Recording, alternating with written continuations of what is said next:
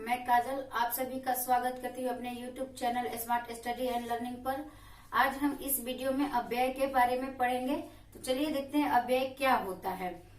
तो अव्यय किसे कहेंगे, पहले यहाँ हम अव्यय का शाब्दिक अर्थ समझते हैं कि अव्यय का शाब्दिक अर्थ क्या होता है। जो व्यय ना हो, जो व्यय ना हो, व्यय का मतलब होता है कि खर्च, जो खर्च ना हो वो अव्यय है, जो जैसा है वैसा ही रहेगा। यहाँ देखिए लिखा है जिनके रूप में लिंग, लिंग अर्थात कोई भी लिंग हो, स्त्रीलिंग हो, पुल्लिंग हो, वचन कोई भी एक वचन हो, बहुवचन हो, कोई भी पुरुष हो, कोई भी कारक काल आदि की वजह से कोई परिवर्तन नहीं होता है। अव्यय शब्द हर स्थिति में, देखिए यहाँ लिखा है कि हर स्थिति में वो अपने मूल रूप में ही रहता है। यहाँ वही हुआ कि कोई भी लिंग वचन पुरुष कारक काल रहे, उस स्थिति में ये परिवर्तन नहीं होगा, अपने मूल रूप में ही रहेगा। इन शब्दों को अविकारी शब्द भी कहा जाता है। अव्यय शब्दों को अविकारी शब्द भी कहते हैं। अविकारी का मतलब यहाँ हम समझते हैं अविकारी।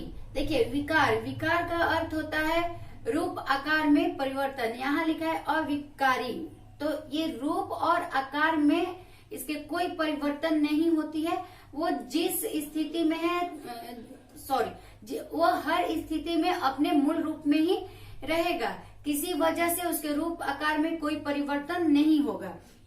यहाँ ये अव्यय दिया हुआ है जब, तब, अभी, अगर, वह, वहां, यहाँ, इधर, उधर, किंतु, परंतु, बल्कि, इसलिए, अतएव, अवश्य, तेज, कल, धीरे, लेकिन, चूंकि, क्योंकि, प्रतिदिन, ये सब अव्यय हैं। यहाँ उदाहरण से समझते हैं। वह यहाँ से चला गया, देखिए यहाँ जो यहाँ है इसमें ये अव्यय है, ये अव्यय है और इसमें कोई परिवर्तन नहीं होगा। वह यहाँ था, यहाँ से चला गया। यहाँ जो वह है ये क्या है, ये कर्ता को दर्शाता है कि वो था अभी और यहाँ से क्या हुआ, वो चला गया, मतलब क्रिया, यहाँ चला गया क्रिया हो गया कि मतलब वो क्रिया कर गया, अपना चला गया। लेकिन यहाँ अव्यय में परिवर्तन नहीं हुआ, वह यहाँ का अर्थ यहाँ ही रहा। ये राम प्रतिदिन विद्यालय जाता है, तो क्या राम प्रतिदिन विद्यालय, प्रतिदिन उसमें अव्यय हो गया। राम प्रतिदिन यानी रोज विद्यालय जाता ही है, या प्रतिदिन विद्यालय वो जाएगा ही, तो जाना का परिवर्तन हो गया कि वो जाएगा क्रिया में, लेकिन प्रतिदिन नहीं, प्रतिदिन का कोई भी परिवर्तन नहीं होता है, कोई भी उसकी दूसरा तीसरा चौथा रूप नहीं होता है। ये अब इसी को हम क्या कहेंगे, इन सबको अव्यय कहेंगे, जिसके रूप और आकार में कोई परिवर्तन नहीं होता है, चाहे वो लिंग वचन पुरुष कारक काल कुछ भी हो, उसके वजह से कोई परिवर्तन नहीं होगा, वो अपने हमेशा मूल रूप में ही रहेगा। अव्यय के भेद देखेंगे कि अव्यय के भेद कितने होते हैं, कौन कौन से। तो अव्यय के 5 भेद होते हैं। पहला जो है क्रिया विशेषण अव्यय, दूसरा है संबंध बोधक अव्यय, और तीसरा हो गया समुच्चय बोधक अव्यय, चौथा है विषम व्याधि बोधक अव्यय, और पांचवा हो गया हमारा निपात अव्यय है। पहला हमारा है क्रिया विशेषण अव्यय। तो क्रिया विशेषण अव्यय क्या होता है, जिन शब्दों से क्रिया की विशेषता का पता चलता है उसे क्रिया विशेषण अव्यय कहते हैं।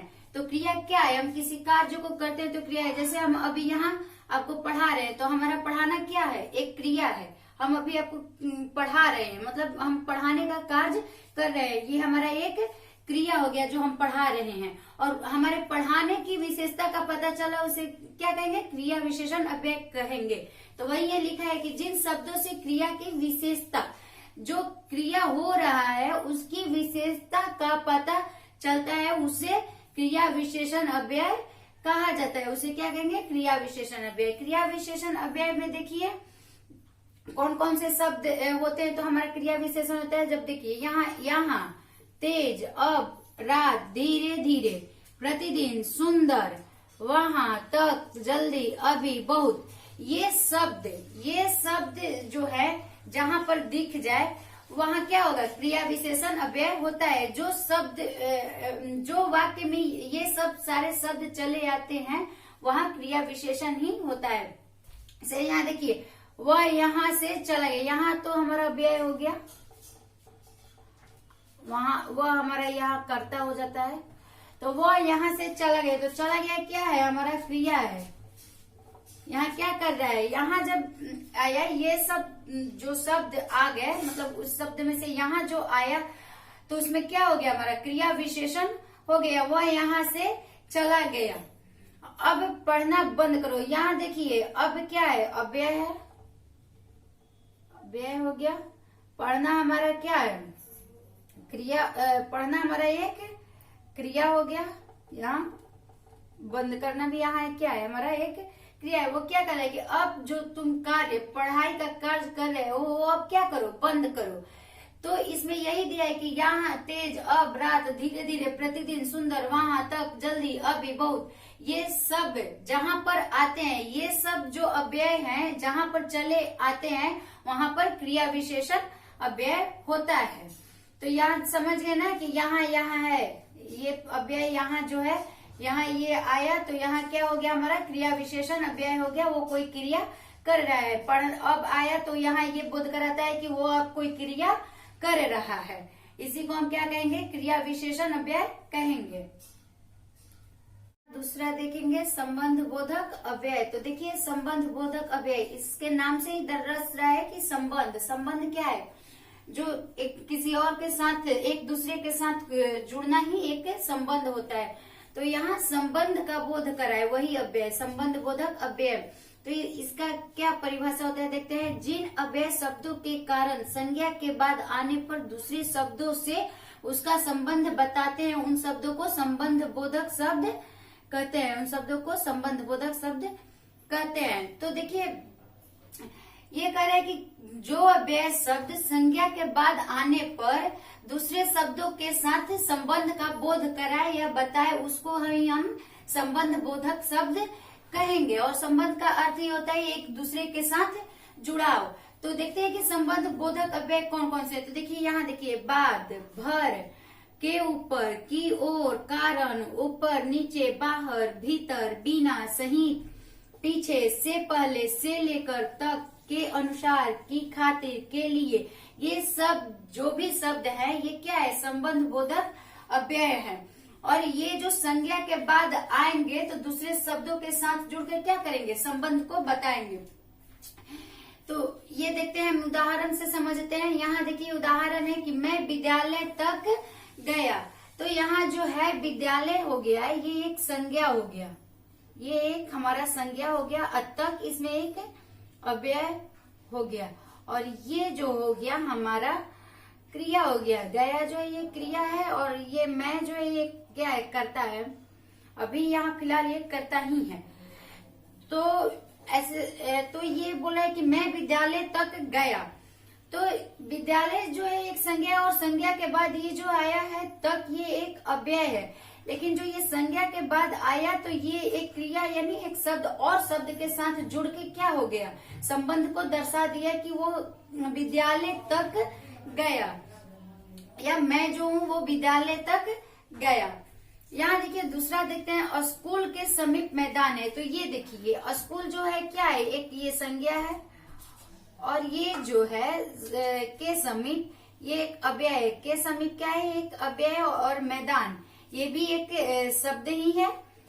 तो यहाँ पे तो देखिए ये एक संज्ञा के बाद, या ये भी एक संज्ञा में भी मैदान आता है। तो ये देखिए एक संज्ञा के बाद एक और शब्द दूसरे शब्द के साथ जुड़कर ये क्या हो रहा है, संबंध स्थापित कर रहा है। यही बोल रहा है कि संज्ञा के बाद आने पर दूसरे शब्दों से उसका संबंध बताता है, उसी को हम क्या कहेंगे, संबंध बोधक अव्यय कहेंगे। ये जो शब्द आ गए संज्ञा के बाद, ये शब्द आ गए एक दूसरे शब्द के साथ यहाँ पे जुड़ गए और क्या हुए, संबंध को बताए। तो इसी को हम क्या बोले, संबंध बोधक शब्द बोले। और संबंध बोधक अव्यय कौन कौन से है, ये जो जितने हैं ये सब संबंध बोधक अव्यय हैं, और संज्ञा के बाद दूसरे शब्द के साथ जुड़कर संबंध को बताते हैं। तीसरा देखते हैं समुच्चय बोधक अव्यय। तो ये देखिए यहाँ दिया है समुच्चय बोधक, समुच्चय मीन्स समूह होता है, बोधक मतलब बोध कराने वाला, जो समूह का बोध कराए। तो यहाँ देखिए समुच्चय बोधक अव्यय। तो समुच्चय बोधक अव्यय क्या होता है, जो शब्द दो शब्दों, वाक्यों और वाक्यांशों को जोड़ते हैं उन्हें समुच्चय बोधक अव्यय कहते हैं। देखिए जो ये समुच्चय बोधक शब्द है, ये दो शब्दों को जोड़ेंगे और या दो वाक्यों को जोड़ेंगे या वाक्यांशों को। वाक्यांश का अर्थ ये होता है कि वाक्य का अंश, यही वाक्यांश होता है। तो उन्हें ये जब जोड़ेंगे तो क्या हो जाएंगे, समुच्चय बोधक अव्यय हो जाएंगे। और इन्हें योजक भी कहा जाता है। योजक का अर्थ होता है मिलाने वाला, तो ये समुच्चय बोधक अव्यय को योजक भी कहा जाता है, यानी मिलाने वाला भी कहा जाता है। ये शब्द दो वाक्यों को परस्पर जोड़ते हैं। ये शब्द क्या करते हैं, दो वाक्यों को परस्पर जोड़ते हैं। तो अब हम यहाँ देखते हैं कि कौन से शब्द दो वाक्यों को परस्पर जोड़ते हैं। तो यहाँ देखिए दिया हुआ है, यहाँ दिया है कि और, तथा, लेकिन, मगर, वह, किंतु, परंतु, इसलिए, इस कारण, अतः, क्योंकि, ताकि, या, अथवा, चाहे, यदि, कि, मानो, आदि, यानी, तथापि। ये शब्द ये जितने भी जो शब्द हैं ये क्या करते हैं, दो वाक्यों को जोड़ते हैं। और जब ये दो वाक्यों, शब्दों या वाक्यांशों को परस्पर जोड़ेंगे तो ये क्या हो जाएंगे, समुच्चय बोधक अव्यय बन जाएंगे। तो यही जो है दो वाक्यों को जोड़कर समुच्चय बोधक अव्यय बना देते हैं। तो हम यहाँ देखते हैं उदाहरण, जैसे समझते हैं कि सूरज निकला। ये जो हो गया हमारा क्या हो गया, एक वाक्यांश हो गया। ये जो है एक वाक्यांश हो गया, सूरज निकला। ये और जो हो गया ये हमारा क्या हो गया, एक अव्यय हो गया इसमें। और ये पक्षी बोलने लगे, ये हमारा क्या हो गया, एक ये भी वाक्यांश हो गया। तो ये एक वाक्यांश सूरज निकला और ये दूसरा वाक्यांश पक्षी बोलने लगी, ये दोनों मिलकर, ये दोनों वाक्य मिलकर क्या हो गया, इन दोनों वाक्यों को और क्या हुआ, जोड़ दिया। यहाँ ये और जो शब्द है ये जोड़ दिया, और ये जब इन दोनों वाक्यों को जोड़ा तो ये क्या हो गए, समुच्चय बोधक अव्यय बन गए। और यहाँ देखिए ऐसे ही दूसरा है, छुट्टी हुई। ये भी क्या है, एक वाक्यांश है, छुट्टी हुई। और ये देखिए यहाँ भी एक अव्यय शब्द है जो जोड़ रहा है इन दोनों वाक्यांशों को। और बच्चे भागने लगे, तो इसको और इसको, इन दोनों वाक्यांशों को इस शब्द द्वारा जोड़ दिया गया, तो ये क्या बन गए, हमारे समुच्चय बोधक अव्यय बन गए। तो समुच्चय बोधक अव्यय क्या होगा, जो दो शब्दों, दो वाक्यों और वाक्यांशों को जोड़ते हैं उन्हें समुच्चय बोधक अव्यय करते हैं। ये हैं यहाँ 4 नंबर विषम व्याधि बोधक अव्यय। तो यहाँ देखिए विषम ये लिखा है, विषम में मतलब क्या होता है, आश्चर्यजनक, आश्चर्य, जो आश्चर्य का बोध कराए, बोधक मीन्स बोध कराना, तो आश्चर्य का जो बोध कराता है उसको क्या कहते हैं, विषमव्याधि बोधक। तो ये क्या हो गया, विषमवादी बोधक अव्यय। तो देखिए विषमव्याधि बोधक अव्यय किसे कहते हैं, जिन अव्यय शब्दों से हर्ष, शोक, विषम में गलानी, लज्जा, घृणा, दुख, आश्चर्य आदि के भाव का पता चलता है उन्हें विषमव्याधि बोधक अव्यय कहते हैं। इसमें हर्ष, शोक, विषम में गलानी, लज्जा, घृणा, दुख, आश्चर्य, इन सब के भावों का पता चलता है। इनका संबंध किसी पद से, यहाँ देखिए लिखा है पद से, पद का को समझिए। पद का अर्थ होता है जैसे किसी सार्थक शब्द का वाक्य में प्रयोग। जब हम किसी सार्थक शब्द को वाक्य में प्रयोग करते हैं उसको क्या बोलेंगे, पद बोलेंगे। तो यहाँ है कि किसी पद से नहीं होता है, इनका संबंध किसी पद से नहीं होता है। इनको घोतक भी कहा जाता है। यहाँ देखिए घोतक का अर्थ होता है एक सूचक। तो इसमें एक सूचक होता है जो किसी चीज को इंगित करता है, उसको घोतक कहते हैं, या किसी वस्तु को इंगित करने वाला घोतक कहलाता है। तो इसको एक घोतक भी कहा जाता है क्योंकि ये एक सूचक के रूप में जाना जाता है। यहाँ देखिए अव्यय का, विषमव्याधि अव्यय में इस प्रकार का एक चिन्ह होता है, ये एक सूचक होता है जो कि बोधक करता है आश्चर्यजनक बातों को, आश्चर्यजनक वस्तुओं को यहाँ बोध कराता है इस चिन्ह के माध्यम से।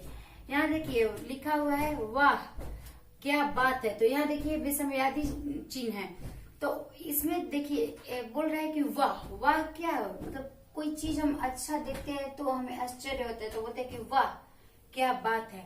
यहाँ लिख रहा है हाय वह चल बसा, यहाँ भी देखिए विषमव्याधि बोधक चिन्ह है, तो हाय वह चल बसा। तो यह देखिए यहाँ दुख इंडिकेट कर रहा है, यहाँ मतलब दुख को दर्शा रहा है।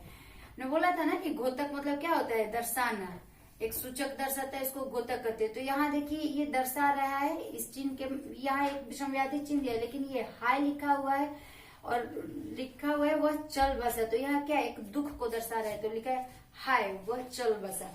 अरे तुम यहाँ कैसे, जब हम किसी को अचानक देखते हैं तो आश्चर्य हो जाते हैं, तो बोलते हैं कि अरे तुम यहाँ कैसे। तो देखिए यहाँ ये भी एक आश्चर्यजनक चीज है। यहाँ देखिए यहाँ भी है छी छी, यह गंदगी। जब कोई गंदा चीज देखते हैं तो हम बोलते हैं छी। तो यही सभी क्या है, विषमवादी बोधक अव्यय है, इन्हीं को हम विषमवादी बोधक अव्यय कहेंगे। निपात अव्यय, तो निपात अव्यय क्या है, जो वाक्य में नवीनता या चमत्कार, देखिए यहाँ लिखा है कि जो वाक्य में नवीनता या चमत्कार उत्पन्न करते हैं उन्हें निपात अव्यय कहते हैं। निपात अव्यय क्या करते हैं, वाक्य में नवीनता या चमत्कार को लाते हैं, उत्पन्न करते हैं। यह देखिए एक और यहाँ लिखा हुआ है, याद देकर, जो अव्यय शब्द किसी शब्द या पद के पीछे लगकर उसके अर्थ में, देखिए यहाँ लिखा है, अर्थ में विशेष बल लाते हैं उन्हें निपात अव्यय कहते हैं। ये जो निपात, जो भी अव्यय शब्द होते हैं वो क्या करते हैं, किसी शब्द और पद के पीछे लगकर क्या करते हैं, अर्थ में एक विशेष बल लगाते हैं। बल लगाते हैं यानी बोल सकते हैं उसको, बल को जोड़ लगाते हैं, भार लाते हैं, उन्हें निपात अव्यय कहते हैं। इसे औधारक शब्द भी कहा जाता है, ये ध्यान रखिएगा, निपात अव्यय को ही औधारक शब्द कहा जाता है। ऐसे भी पूछता है कि औधारक शब्द किसे कहते हैं, तो निपात अव्यय को कहते हैं। ये देखिए निपात अव्यय कौन कौन से होते हैं ये शब्द, तो ही, भी, तो, मात्र, भर, मत, सा, जी, केवल, ये सब जो शब्द है ये निपात अव्यय होते हैं। यहाँ देखिए जैसे में कि राम को ही करना होगा यह काम, यहाँ ही है जो निपात अव्यय है, और ये ही जो है क्या है, एक प्रकार का जोड़ लगा रहा है, इस पद में, शब्द में जोड़ लगा रहा है कि राम को ही करना होगा यह काम, इस वाक्य में ही जोड़ लगा रहे हैं, तो ये क्या है, निपात अव्यय। सीता भी जाएगी, यहाँ भी ये जोड़ लगा है कि सीता भी जाएगी। वह केवल तुमसे ही बात करेगा, वह बात करेगा लेकिन केवल तुमसे, तो ये क्या कर रहा है, केवल यहाँ जोड़ लगा रहे, तो यही निपात अव्यय होता है, जो कि किसी शब्द या पद के पीछे लगकर उसके अर्थ में विशेष प्रकार का जोड़ लगाता है, विशेष प्रकार का भार देता है, उसको ही हम क्या कहेंगे, निपात अव्यय कहेंगे। और निपात अव्यय किसी वाक्य को क्या कर देता है, नवीनता या चमत्कार उत्पन्न कर देता है किसी वाक्य में, और किसी वाक्य में विशेष प्रकार का जोड़ या भार लगाता है। तो ये तो हो गया हमारा अव्यय। तो आज हमने इस वीडियो में अव्यय के बारे में पढ़ा। अगर वीडियो अच्छा लगा हो तो लाइक, सब्सक्राइब और शेयर जरूर करें। Thank you.